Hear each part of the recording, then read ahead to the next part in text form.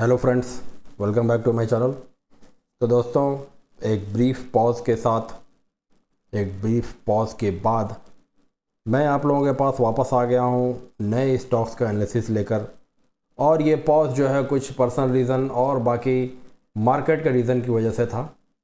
कुछ समय से हम ये देख सकते हैं कि मार्केट जो है वो थोड़ा सा डाउन ट्रेंडिंग, थोड़ा सा पुल बैक लेता हुआ हमें दिखा।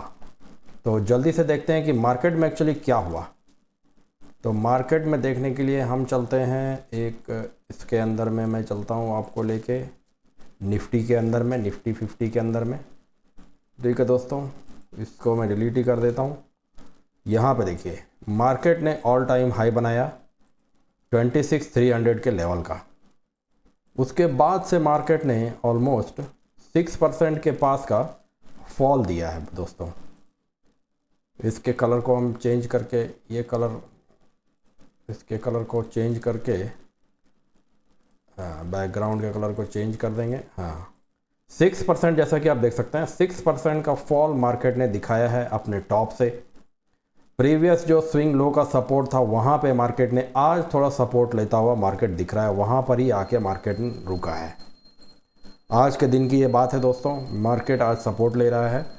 इसके पहले मार्केट ने लगातार गिरावट ही दिखाई है। पिछले 1 2 3 4 5 6 दिन लगातार गिरा है ये मार्केट। इसकी वजह से मैं कोई स्टॉक आपके पास लेके नहीं आ पाया एनालिसिस के लिए, क्योंकि इस गिरते हुए मार्केट में एनालिसिस में हम क्या बोलेंगे कि कौन सा स्टॉक ऊपर जाएगा, कौन सा स्टॉक कहाँ जाएगा। जब मार्केट ही सपोर्टिव नहीं है तो वैसे में स्टॉक्स देखने या उसमें कुछ भी काम करने का कोई वैल्यू नहीं होता है।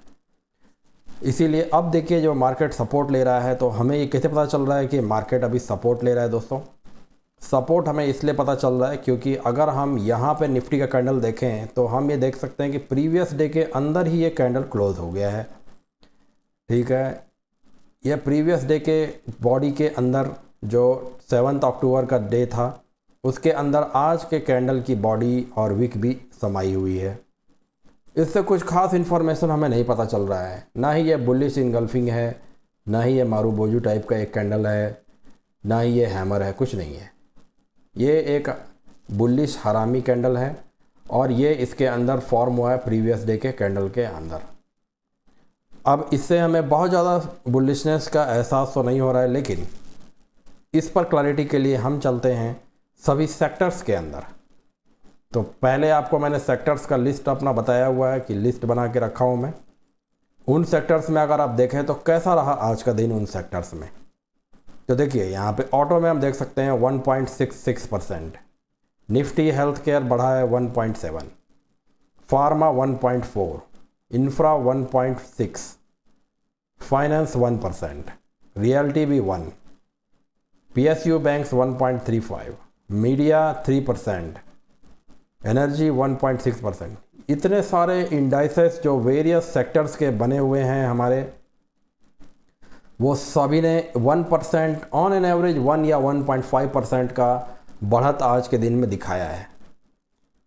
सभी के सभी इंडाइसेस क्यों बढ़ रहे हैं, कुछ तो बात होगी, कुछ तो रीज़न होगा क्यों ऐसे बढ़ रहे हैं। अब यहाँ पे आप देख सकते हैं कि मेटल इंडेक्स जो है वो बहुत ज़्यादा नहीं बढ़ता हुआ आपको दिख रहा है, लेकिन आप अगर नोटिस करें तो मेटल इंडेक्स काफ़ी नीचे ओपन हुआ था, काफ़ी नीचे, मतलब यहाँ पे ओपन हो गया, काफ़ी नीचे तक चला गया था ये ऑलमोस्ट 2.5%, और बाद में इसने 2.5% की रिकवरी कर ली है, मोर देन 2.25% की रिकवरी हो गई है।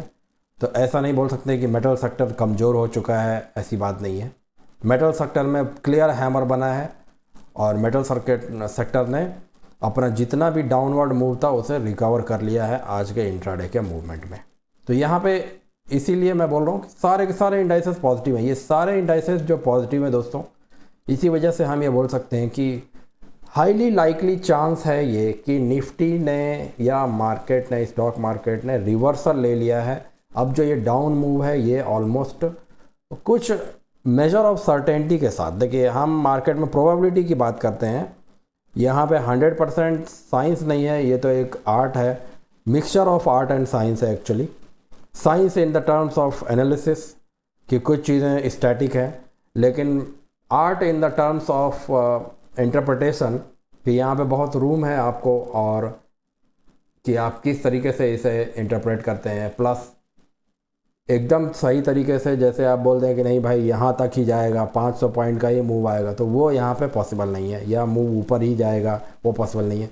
हम यहाँ पे प्रोबेबिलिटी की बात करेंगे कि आई कैन से फेयरली कि 60 to 70% यहाँ पे प्रोबेबिलिटी दिख रही है कि मार्केट यहाँ पे रिवर्स होता हुआ हमें दिख रहा है, डाउन मूव जो है वो ख़त्म होता हुआ दिख रहा है। अब इसके साथ देखें कि अगर ऐसी बात है तो फिर कौन से इंडाइसेस हमें देखने चाहिए, कौन से इंडाइसेस जो हैं वो सबसे स्ट्रॉन्ग हैं, किन इंडाइसेस में आदमी समझ सके कि कौन से शेयर्स जो हैं वो ऊपर जा सकते हैं। एक बार मैं यहाँ पे फिर से अपना डिस्क्लेमर दे दूँ जो कि मैं हमेशा देता हूँ कि ये बिल्कुल भी स्टॉक टिप नहीं है, बाइंग सेलिंग टिप नहीं है दोस्तों। ये चैनल मैंने क्रिएट किया हुआ है सिर्फ एनालिसिस और लर्निंग के पर्पस के लिए, आप लोगों को फाइनेंशियल एनालिसिस में, टेक्निकल एनालिसिस में कैपेबल बनाने के लिए, ताकि आप खुद ही ये डिसीजन ले पाएँ कि कौन सा स्टॉक बाय करना है और कौन सा सेल। मैं कोई बाइंग सेलिंग रिकमेंडेशन नहीं दे रहा हूँ यहाँ पे। आगे बढ़ते हुए एनालिसिस में अगर हम बात करें कि कौन सा सेक्टर अच्छा रहा, तो हम यहाँ देख सकते हैं कि ऑटो सेक्टर काफ़ी अच्छा दिख रहा है हमें। प्रीवियस डे के कैंडल के ऊपर यहाँ पे क्लोजिंग हुई है ऑटो सेक्टर के, आज की कैंडल की डेली चार्ट है ये, 50 मूविंग एवरेज के ऊपर भी आ गया है ये। अच्छा पॉजिटिविटी यहाँ पे हमें देखने को मिल रही है। ऑटो सेक्टर हमें ठीक दिख रहा है, मेटल सेक्टर भी अच्छा दिख रहा है हमें, ऑलरेडी काफ़ी ऊपर है ये अपने 50 मूविंग एवरेज से भी, और ऑल टाइम हाई के भी काफ़ी करीब है। प्लस आज 2.25% की रिकवरी इंट्राडे में डाउन मूव की हो चुकी है, इसमें काफ़ी पॉजिटिव दिख रहा है हमें। हेल्थ केयर भी हम देख सकते हैं वही सीन जो कि ऑटो का है, प्रीवियस कैंडल के ऊपर की क्लोजिंग है आज की, बुलिश इंगल्फिंग क्लोजिंग है।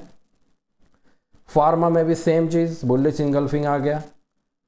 आईटी में भी काफ़ी डाउन मूव को इसने ऑलमोस्ट पूरी तरह से ओवरकम करते हुए प्रीवियस कैंडल के ऑलमोस्ट टॉप के पास ही क्लोज किया है इसने।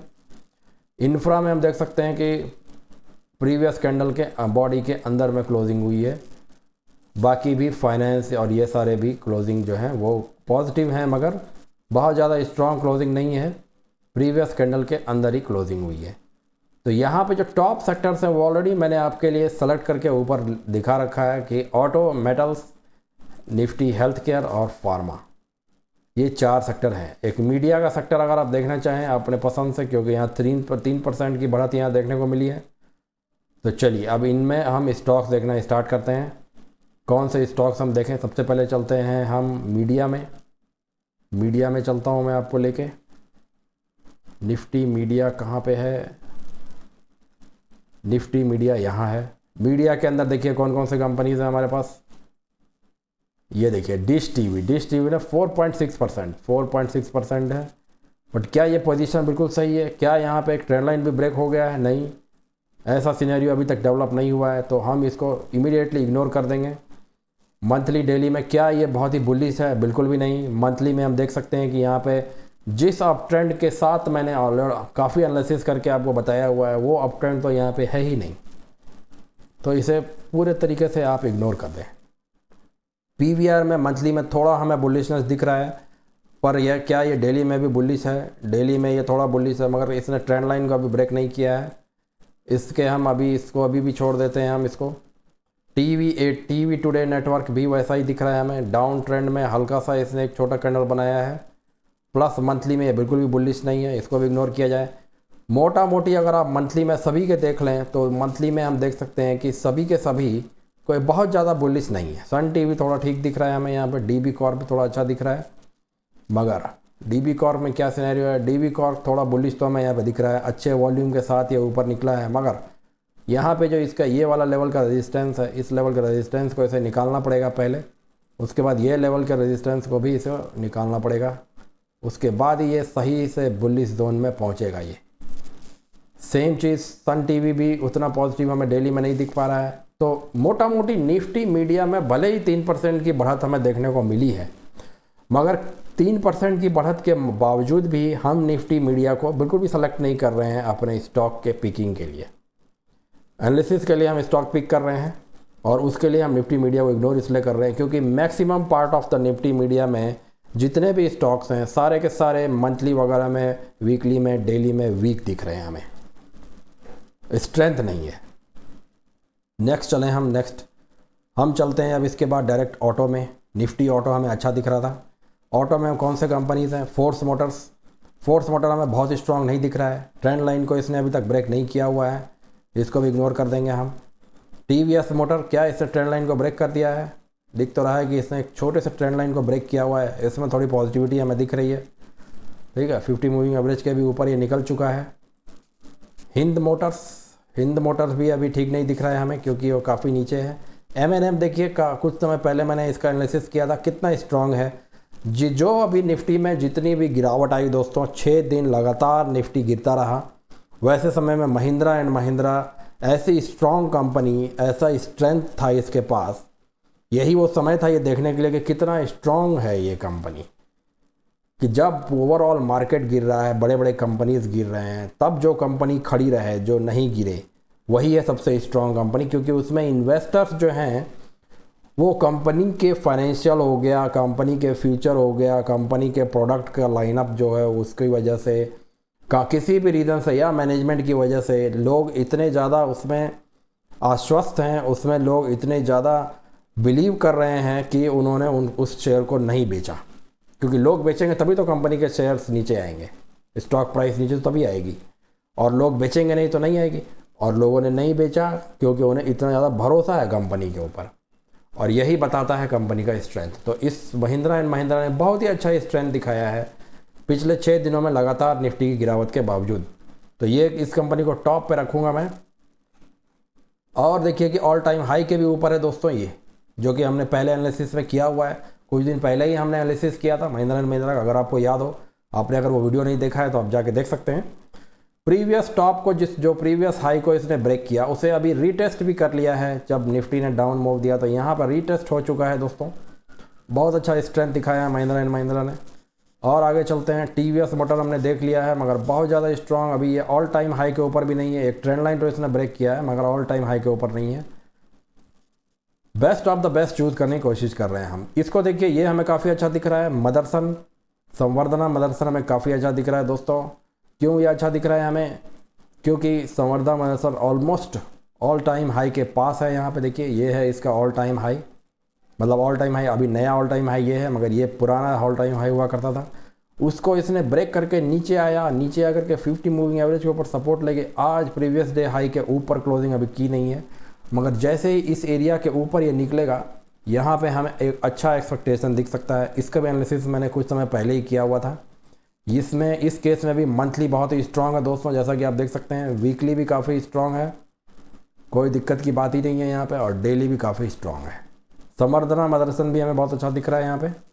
Bajaj auto all time high के ऊपर ऑलरेडी चल रहा था काफ़ी समय से, ये उसका ऑल टाइम हाई हुआ करता था। उसके बाद इस ऑल टाइम हाई को इसने नया क्रिएट किया है, अभी थोड़ा इसके नीचे चल रहा है, मगर फिर ये कंपनी भी पॉजिटिव है। अब देखिए, जो कंपनी बहुत ज़्यादा ऊपर चली गई है, उस कंपनी में आप कौन सा पोजीशन बनाएंगे। हालांकि ये एनालिसिस जो है वो सिर्फ लर्निंग पर्पस के लिए है, मगर मैं एक बात आपसे करना चाह रहा हूँ कि अगर आप इससे लर्न करके बाद में अगर कोई डिसीज़न लेना चाहे अपने एनालिसिस के बेसिस पर, तो आप ये डिसीज़न कैसे लेंगे कि किस कंपनी में हमें पैसे लगाने चाहिए, किस में नहीं लगाने चाहिए।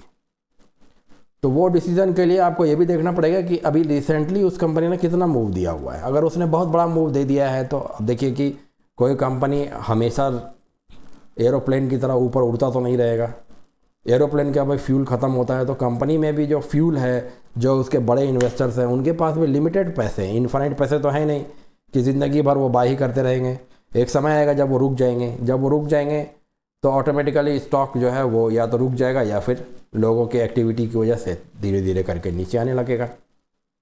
तो इसी वजह से जो कंपनी बहुत बढ़ चुकी है उसमें किसी को भी इन्वेस्टमेंट या उस तरह का कोई भी चीज़, स्विंग ट्रेडिंग हो गया, जो भी है, उसे नहीं करने की कोशिश करनी चाहिए। उसे वैसा स्टॉक देखना चाहिए जो कि एक सही लेवल पे हो, जो वेट कर रहा हो, जो एक स्प्रिंग एक्शन के अंतर्गत हो, जिसमें जैसे ही स्प्रिंग खुले कि वो बहुत ही फटाक से तेज़ी से बहुत ऊपर भाग जाए, वैसे लेवल पे देखने की हम कोशिश करेंगे।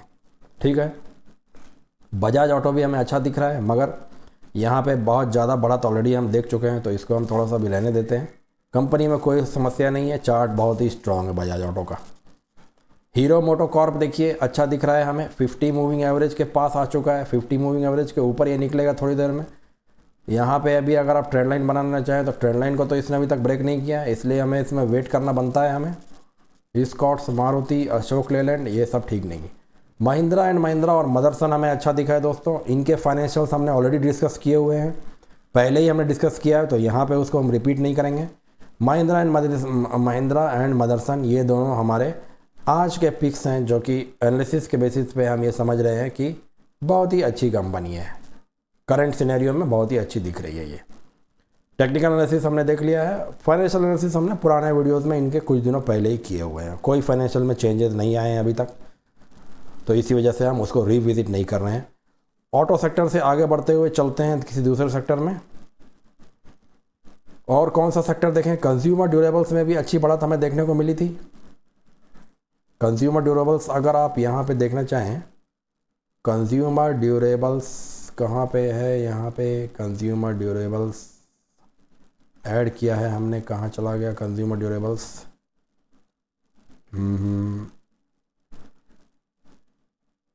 कंज्यूमर ड्यूरेबल देखिए, ये है ऑटो कंजम्पशन। ये कौन सा इंडेक्स है? ये है कंजम्पशन इंडेक्स हो गया। Realty, finance, infra, pharma, metals, FMCG, media, energy. Consumer durables कहाँ पे है? यहीं कहीं पे बीच में गुम हो गया है कंज्यूमर ड्यूरेबल्स। इधर कहीं पे आ गया क्या कंज्यूमर ड्यूरेबल्स? कंजम्पशन है, मिड कैप है। चलिए, तो कंज्यूमर ड्यूरेबल्स को अभी हम रहने ही देते हैं, कमोडिटीज़ हो गया। यहाँ पे कहीं पे हमें दिख तो रहा है ये consumer durables Nifty consumer durables यहाँ पे दिख रहा है, मगर इसके अंदर हमें नहीं दिख रहा है। एनीवेज, चलिए, जब हमें दिख ही रहा है तो इसके अंदर हम आ ही जाते हैं। और यहाँ पे अगर आप देखें तो एक अच्छी बढ़त यहाँ पे भी देखने को मिली है दोस्तों। और इसमें जो प्रोमिनेंट कंपनी है वो है डिक्सन। डिक्सन का एनालिसिस हमने कुछ समय पहले ही किया हुआ था, आपको अगर याद हो। वहाँ से डिक्सन ने अच्छी बढ़त दी हुई है। पिछले एनालिसिस में मेरे को याद है कि मैंने यहाँ कहीं पे एनालिसिस किया था डिक्सन का, या यहाँ पे शायद यहाँ पे कहीं पे एनालिसिस किया था। और यहाँ से डिक्सन ने देखिए 27.7% का ग्रोथ ऑलरेडी दिखाया हुआ है दोस्तों। कुछ ही समय पहले की बात है, वीडियो आप जाके देख सकते हैं। May be 1.5 months back analysis हुई थी, इसी समय की बात है, जुलाई के अंदर में एनालिसिस हुई थी। 27-28% का रिटर्न इसने ऑलरेडी दिया हुआ है। आज भी डिक्सन ने बहुत ही अच्छा और बहुत ही स्ट्रॉन्ग मूवमेंट आज किया है। डिक्सन ने देखिए 7.5% का इम्प्रूवमेंट, आज 7.5% का प्राइस में इंक्रीज़ आज के दिन में डिक्सन ने दिखाया हुआ है। डिक्सन कंपनी के फाइनेंशियल्स भी हमने देख लिए हैं, तो उसके हम लोग रिविजिट नहीं करने वाले हैं।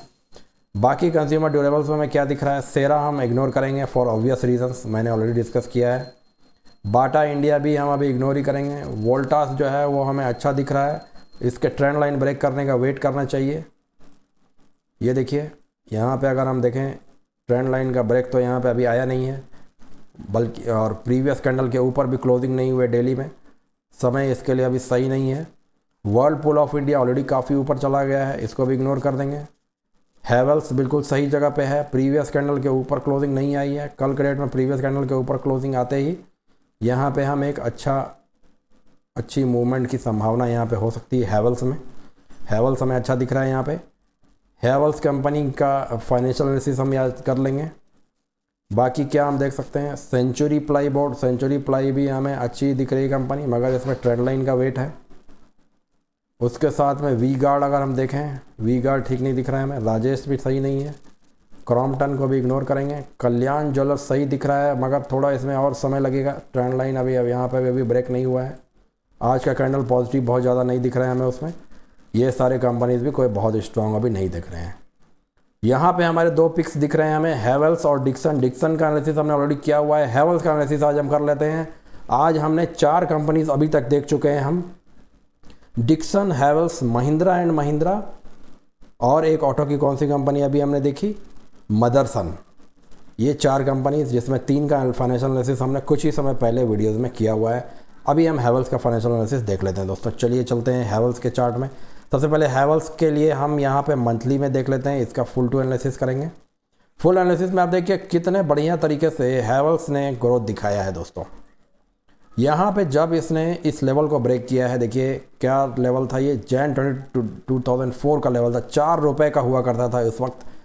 एकदम लिस्टिंग की बात अगर करें तो 2001 के आसपास ये 2 रुपये का शेयर हुआ करता था, और आज के डेट में देखिए क्या प्राइस है इसका, 2000 रुपये के आसपास है। 2 रुपये से 2000 रुपये, 1000 टाइम से बढ़ गया। और बढ़त कैसे देखने को मिली है, जैसे ही इसने हाई ब्रेक किया है, जिसकी बात मैं हमेशा करता हूँ, higher highs and higher lows के फॉर्म में इसने बढ़त दिखाई है। जैसे ही इस हाई को 4 रुपये वाले हाई को इसने 2004 में ब्रेक किया है, उसके बाद देखिए कैसा बढ़ा है। वापस वहाँ से ये 80 रुपये तक चला गया, 75 रुपये तक, वापस फिर नीचे आके 11 रुपये से फिर जब वो बढ़ा है तो कितने रुपए लगातार बढ़ता चला गया, यहाँ तक 11 रुपये से 800 रुपये लगातार 2019 में। फिर थोड़ा रिट्रेस करके जब ये बढ़ा है तो फिर 400 रुपये से 1400 रुपये, 3 टाइम्स। उसके बाद फिर से जब इसने यहाँ पे एक कंसोलिडेशन का रेंज बनाया है, इसको जब इसने निकाला है दोस्तों, तो अगर इस लेवल से आप काउंट करें तो 1300 रुपये से 1948 रुपये ये चला गया है। हैवेल्स इंडिया बहुत ही स्ट्रॉन्ग कंपनी दिख रही है हमें। मंथली में बिल्कुल ही पॉजिटिव हमें दिख रही है। क्यों दिख रही है पॉजिटिव है मंथली में, अभी हमने देख लिया फॉर ऑब्वियस रीजंस। ब्रेकआउट के समय में अच्छा वॉल्यूम था यहाँ पे, इस लेवल का जब इसने ब्रेकआउट किया है। कौन से लेवल की बात हो रही है, 1435 के लेवल को जब इसने ब्रेकआउट किया है, प्रीवियस कैंडल के ऊपर इसने क्लोज किया है, बुलिश इंगल्फिंग कैंडल हो गई है। उसके बाद से बुलिश इंगल्फिंग कैंडल बनाता हुआ ये ऊपर बढ़ा है। इस कैंडल में थोड़ा सा वीकनेस आया, मगर इस वीकनेस की वजह से भी प्रीवियस कैंडल के नीचे क्लोजिंग नहीं आई। वापस फिर से यहाँ पे डिमांड देखने को मिला है विक के फॉर्म में, जो कि पूरा तरीके से एब्जॉर्व कर लिया गया है सेलिंग को। सेलिंग को एब्जॉर्व करते हुए प्रीवियस जो हाई है उसके करीब ये पहुँच चुका है। प्रीवियस हाई इसका जो है वो 2106 के लेवल का है। तो मंथली में भी हमें यहाँ पे कोई कमी नहीं दिख रही है। करंट मंथ में क्या चल रहा है, अभी करंट मंथ में प्रीवियस मंथ के नीचे तो नहीं आया ये। प्रीवियस मंथ के नीचे का लेवल जो है वो ये है, ये लेवल कौन सा है, 1866 का लेवल है, उसके नीचे तो ये अभी तक नहीं आया है। प्रीवियस मंथ का हाई जो है वो 2100 लेवल है, उसके ऊपर भी नहीं गया है ये। प्रीवियस मंथ के अंदर ये ट्रेड कर रहा है। इस मंथ में अगर ये प्रीवियस मंथ के लेवल को ब्रेक कर ले तो वापस फिर से ये पॉजिटिव हो जाएगा। उसके पिछले मंथ्स में इसने कई हाईज ब्रेक किए हैं। प्रीवियस वाला जो मंथ था वो भी प्रीवियस मंथ, उसके प्रीवियस मंथ के हाई को ब्रेक किया हुआ था। सितंबर मंथ ने अगस्त के हाई को ब्रेक करके उसके ऊपर क्लोजिंग की हुई थी। तो यहाँ पे मंथली का एनालिसिस हमने देख लिया है। वीकली में भी हमें ये पॉजिटिव दिख रहा है, कोई समस्या की बात ही नहीं है। Higher highs and higher lows से ये बढ़ता चला जा रहा है ऊपर। बढ़ने के समय में वॉल्यूम भी हमें बहुत अच्छा देखने को मिल रहा है। जब भी यहाँ पे ब्रेकआउट हो रहा है बहुत ही अच्छा वॉल्यूम हो रहा है, दिख रहा है हमें। इस लेवल को जब इसने ब्रेक किया है, यहाँ पे देखिए कैसे बड़े बड़े वॉल्यूम देखने को मिले। फिर इस लेवल को इसने ब्रेक किया, यहाँ पे भी एक अच्छे वॉल्यूम के साथ यहाँ पे इस लेवल से ऊपर निकला ये। इस जगह पे बहुत ज़्यादा वॉल्यूम यहाँ पे देखने को नहीं मिली, इसलिए ये शायद सस्टेन नहीं कर पाया। वापस फिर यहाँ पे देखिए ब्रेकआउट हुआ है, वॉल्यूम अच्छा ही दिख रहा है हमें, ठीक है। अब यहाँ पे वीकली में भी हमें ये ठीक ही दिख रहा है। इस वीक में हमें कैसा दिख रहा है, ये प्रीवियस वीक के रेंज के अंदर में एंट्री करता हुआ दिख रहा है। प्रीवियस वीक के नीचे ये आ चुका था, अभी ये हैमर बनाता हुआ दिख रहा है। मतलब इस वीक की क्लोजिंग ये पॉजिटिव करने की कोशिश कर रहा है। तो प्रीवियस वीक के ऊपर जब तक ये बना हुआ है यहाँ पे तब तक चांस है, लेकिन उसके प्रीवियस वीक के नीचे प्रीवियस वीक की क्लोजिंग थी। तो वीकली में ये बहुत ज़्यादा स्ट्रॉन्ग तो नहीं दिख रहा है। प्रीवियस वीक के अंदर क्लोज हो रहा है, लेकिन उसके पिछले वीक वाला जो वीक था वो लास्ट वीक के ऊपर उसकी क्लोजिंग थी। तो यहाँ पे थोड़ी बियरिशनेस देखने को मिली थी। वीकली में ये बहुत ज़्यादा पॉजिटिव नहीं है, ये नेगेटिव भी नहीं है पॉजिटिव भी नहीं है वीकली में। डेली में हम क्या देख सकते हैं, कैंडल तो बहुत ही हेल्दी दिख रही है। ऑलमोस्ट 70-80% ऑफ द बॉडी जो है वो दिख रहा है हमें, ऑफ द कैंडल जो है वो बॉडी है, और विक जो है वो सिर्फ 20% ही है। हेल्दी कैंडल है बहुत ही। मगर प्रीवियस कैंडल के ऊपर की क्लोजिंग नहीं है। प्रीवियस कैंडल के ऊपर क्या था लेवल, ये लेवल था 1950 का, इसके ऊपर की क्लोजिंग नहीं हुई है इसमें। प्लस अभी ट्रेंड लाइन को भी इसने ब्रेक नहीं किया। यहाँ से अगर ट्रेंड लाइन बनाने की कोशिश करें हम, हालांकि यहाँ पे 3 पॉइंट तो हमें मिल नहीं रहे हैं, लेकिन अगर हम 2 ही पॉइंट से ट्रेंड लाइन बनाए तो यहाँ पे ट्रेंड लाइन की बात हम नहीं कर सकते हैं, क्योंकि ट्रेंड लाइन को इसने अभी तक ब्रेक नहीं किया है, ठीक है। और अगर हम इसको और भी दूसरे तरीके से समझें तो एक बात ये है कि 50 मूविंग एवरेज के ऊपर यहाँ पर क्लोजिंग है। एक सपोर्ट है 50 मूविंग एवरेज का। 50 मूविंग एवरेज भी दोस्तों एक इंपॉर्टेंट मूविंग एवरेज है, जहाँ पे कि स्टॉक सपोर्ट लिया करते हैं। 50 मूविंग एवरेज, 200 मूविंग एवरेज, ये सब बहुत ही इंपॉर्टेंट सपोर्ट लेवल्स हुआ करते हैं दोस्तों। तो फिर भी ये हैवल्स हमें डेली में थोड़ा पॉजिटिव ही दिख रहा है, नेगेटिव भी नहीं दिख रहा है हमें, ये न्यूट्रल भी नहीं है, थोड़ा पॉजिटिव है क्योंकि प्रीवियस डे के हाई के पास इसने क्लोजिंग की है आज की। कल अगर ये इसके ऊपर निकल जाए तो पूरी तरह से पॉजिटिव दिखने लगेगा हमें।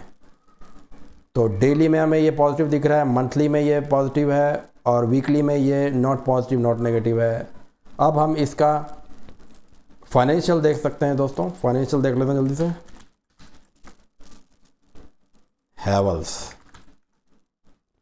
हैवल्स इंडिया का फाइनेंशियल 1,22,000 करोड़ की कंपनी, बड़ी कंपनी है ये। और यहाँ पे क्या हम देखने को मिल रहा है हमें, बुक वैल्यू 119, करंट प्राइस 1954, यानी कि 20 times of the book value अभी ये ट्रेड हो रहा है। ठीक है, 20 टाइम्स द बुक वैल्यू ये ट्रेड हो रहा है। पी हम देख रहे हैं 88 टाइम्स जो है ऑफ अर्निंग्स ये अभी ट्रेड हो रहा है, 88 टाइम्स। तो काफ़ी इसका जो वैल्यू है काफ़ी बढ़ चुका है। चीप बिल्कुल भी नहीं कहेंगे हम, लेकिन अगर कंपनी के अंदर वैल्यू है, अगर कंपनी में फाइनेंशियल स्ट्रांग है, अगर कंपनी वो ग्रोथ डिलीवर कर पा रही है जिसका वो एस्टीमेट कर रही है, अगर इन्वेस्टर्स इस कंपनी के परफॉर्मेंस से खुश हैं, तो फिर स्काई इज़ द लिमिट। ये पी और ये बुक वैल्यू कुछ भी नहीं है, इसके ऊपर जा सकती है। हाँ, अगर कंपनी में उतना पोटेंशियल नहीं है, लेकिन अचानक से लोगों की वजह से या किसी न्यूज़ की वजह से कंपनी का पी बहुत बढ़ गया, बुक वैल्यू बहुत बढ़ गया किसी न्यूज़ की वजह से, मगर उसके परफॉर्मेंस जो है उसको बैक नहीं कर रहे हैं, तो फिर उस कंपनी में इन्वेस्ट करना या कोई भी फॉर्म ऑफ ट्रेड लेना, it will become a risky business. वो रिस्क है क्योंकि वहाँ से वो नीचे भी जा सकता है, क्योंकि जो रियल इन्वेस्टर्स हैं, जो बड़े पैसे लगाने वाले लोग हैं, वो वैल्यू के हिसाब से पैसे लगाते हैं। वैल्यू अगर कंपनी की जनरेट नहीं कर पा रही है तो इन्वेस्टर्स जो है उससे पैसे निकाल भी लेते हैं। अब यहाँ पे देखिए रिटर्न ऑन कैपिटल एम्प्लॉयड 24%, बहुत ही अच्छा है। 24% बहुत ही बढ़िया फिगर। रिटर्न ऑन इक्विटी 18%, बहुत ही अच्छा, बहुत ही हेल्दी। इसका return on equity, return on capital employed इतना अच्छा है, इसी वजह से शायद इसका स्टॉक पी और बुक वैल्यू इतना काफ़ी बढ़ा हुआ भी है। लोग फिर भी पैसे लगाने के लिए तैयार हैं। 1,22,000 करोड़ की कंपनी। हाई और लो हम क्या देख सकते हैं, 2100 का हाई था और 1233 का इसका लो है लेटेस्ट। और हम यहाँ पे क्या देख सकते हैं, प्राइस अर्निंग्स ग्रोथ रेशियो 8.9 का प्राइस अर्निंग्स ग्रोथ रेशियो है, बहुत ही अच्छा है प्राइस अर्निंग्स ग्रोथ रेशियो भी। ठीक है, बहुत सारे चीज़ें मैंने यहाँ पे ऐड की हैं, तो कुछ नई चीज़ें आ रही हैं, इसके ऊपर भी हम डिस्कस करेंगे। अभी तो वीडियो काफ़ी लंबा हो रहा है, तो मैं इसको थोड़ा सा शॉर्ट करते हुए जल्दी आगे बढ़ने की कोशिश कर रहा हूँ। अभी कॉम्पिटिटर्स के मुकाबले इसका पी कैसा है, तो इट इज़ ऑन एवरेज के पी के बराबर। एवरेज मीडियन पी 88 है, इसका पी भी 88 है। यहाँ पे वंडर इलेक्ट्रिक 164, क्रॉम्पटन ग्रीव्स 59 का पी है, हायर साइड में ही है ऑलमोस्ट। ठीक है, क्वार्टरली रिजल्ट्स में देखें, लेटेस्ट रिजल्ट भी पॉजिटिव है, कोई इसमें समस्या नहीं है। 400 करोड़ एक्स्ट्रा कमाई हुई है, ज़्यादा कमाई हुई है। और हम क्या देख सकते हैं, प्रॉफिट जो है वो प्रॉफिट आफ्टर टैक्स थोड़ा सा ऊपर नीचे है, चलेगा 30 करोड़ में इधर उधर, 40 करोड़ में इधर उधर हो गया है, कोई दिक्कत की बात नहीं है। इसके पीछे रीज़न क्या है, कोई बड़ा रीज़न है क्या, एक्सपेंसेस इसके पीछे रीज़न है, थोड़े से एक्सपेंसेस इंक्रीज़ हो गए हैं, कोई दिक्कत की बात नहीं है। और हम यहाँ पे क्या देख रहे हैं, प्रॉफिट एंड लॉस में हम देख सकते हैं ट्रेलिंग 12 मंथ्स में बढ़ चुका है, बहुत ही अच्छा है। मार्च 2024 में भी प्रीवियस ईयर के मुकाबले 2000 करोड़ की बढ़त थी ऑलमोस्ट। हर साल ये बढ़ता जा रहा है, इतना कंसिस्टेंट ग्रोथ है इस कंपनी का। यहाँ पे आप देखते जाइए, 2019 तो चलिए, 2020 में थोड़ा कोरोना का असर हो गया शायद, मगर गजब का ग्रोथ इस कंपनी ने दिखाया है। फ्रॉम 2018 ऑनवर्ड्स इसने बहुत अच्छा ग्रोथ दिखाया है। इसके पहले थोड़ा सा ड्वाइडलिंग ग्रोथ था इसका, 2017 में 6000 हो गया था फ्रॉम 2016 से। फिर यहाँ पे 2015 में थोड़ा बढ़त था, थोड़ी बढ़त दिखाई इसने। यहाँ पे देखिए 19,500 करोड़, अच्छी ग्रोथ है ट्रेलिंग 12 मंथ्स में। 2024 में 18,590, अच्छी ग्रोथ है फ्रॉम 2023। नेट प्रॉफिट में भी ग्रोथ है यहाँ पे 1200 फ्रॉम 1072 करोड़, कोई दिक्कत की बात ही नहीं है। कंपाउंडेड सेल्स ग्रोथ 10 ईयर्स का 9%, बहुत अच्छा है। इतनी बड़ी कंपनी होकर 9% का सेल्स ग्रोथ है। कंपाउंडेड प्रॉफिट ग्रोथ 11% 10 ईयर्स का। CAGR 10%, 10 ईयर्स का 22%, रिटर्न ऑन इक्विटी 19%। वाह, बहुत ही फैबुलस फिगर्स के साथ। बैलेंस शीट में हम क्या देख सकते हैं, बोरोइंग्स है ही नहीं। बताइए, कंपनी 19,000 करोड़ का बिजनेस कर रही है मगर उसमें बोरोइंग्स है ही नहीं। 1,22,000 करोड़ की वैल्यूएशन की कंपनी है, बिल्कुल भी बोरोइंग्स नहीं है। सिर्फ 300 करोड़ की मेगर बोरोइंग्स। रिजर्व्स वगैरह सब कुछ हेल्दी है, कोई दिक्कत की बात नहीं है। Cash flow from operating activity generate हो रहा है, ऑब्वियस सी बात है, जनरेट हो रहा है तभी लोग इसमें पैसा भी लगा रहे हैं। मेन बिजनेस जो है कंपनी का, कोर बिजनेस, उससे पैसे जनरेट हो रहे हैं। इन्वेस्टिंग और फाइनेंसिंग एक्टिविटी को हम इग्नोर करेंगे। रेशियोज़ को, इन रेशियोज़ को हम ऑपरेटिंग जो भी ये डेटर डेज, इन्वेंट्री डेज, इन रेशियोज़ को भी हम इग्नोर कर देंगे दोस्तों। शेयर होल्डिंग में जाके देखेंगे कि शेयर होल्डिंग ऑलमोस्ट इंटैक्ट ही है।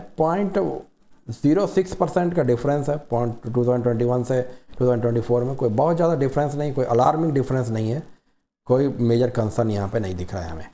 हैवेल्स कंपनी हमें बहुत अच्छी दिख रही है फाइनेंशियली। हैवेल्स कंपनी चार्ट में भी हमें अच्छी दिख रही है, लोकेशन भी इसका अच्छा है। यहाँ पे एक प्रीवियस हाई को ये इसने इस समय में निकाला था, लेकिन उसके बाद वापस ये नीचे आ गई। ये वाला इसका ऑल टाइम हाई हुआ करता था पहले। इस लेवल को निकालते ही थोड़ा सा ऊपर जाके वापस इसको रिटेस्ट करके अब जब ये इसके ऊपर निकलेगी तो यहाँ पे एक अच्छे बढ़त की संभावना हमें देखने को मिल रही है। फिर से मैं आपको बता दूं दोस्तों कि ये एक स्टॉक रिकमेंडेशन बिल्कुल भी नहीं है, इसलिए इतना डिटेल एनालिसिस मैं कर रहा हूँ। जनरली आप पाएंगे कि वीडियोस में लोग डिटेल एनालिसिस नहीं करते हैं, लोग सिर्फ स्टॉक के बारे में बोल देते हैं कि ये स्टॉक अब बढ़ने वाला है, ये स्टॉक अब गिरने वाला है, इस स्टॉक में आप एंटर कर लीजिए, इस स्टॉक से आप एग्जिट कर लीजिए। लेकिन इस तरह की बात मैंने अभी तक नहीं की है अपने वीडियोस में, क्योंकि मेरा पर्पस है कि आप एजुकेटेड हो पाएँ इस मामले में। ठीक है, चलिए दोस्तों, तो इसके साथ मैं अपना ये एनालिसिस वीडियो बंद करता हूँ। आशा करता हूँ कि आपको ये वीडियो पसंद आया होगा। बने रहिए मेरे चैनल पे और फिर नए एनालिसिस के लिए। Thank you very much, bye bye.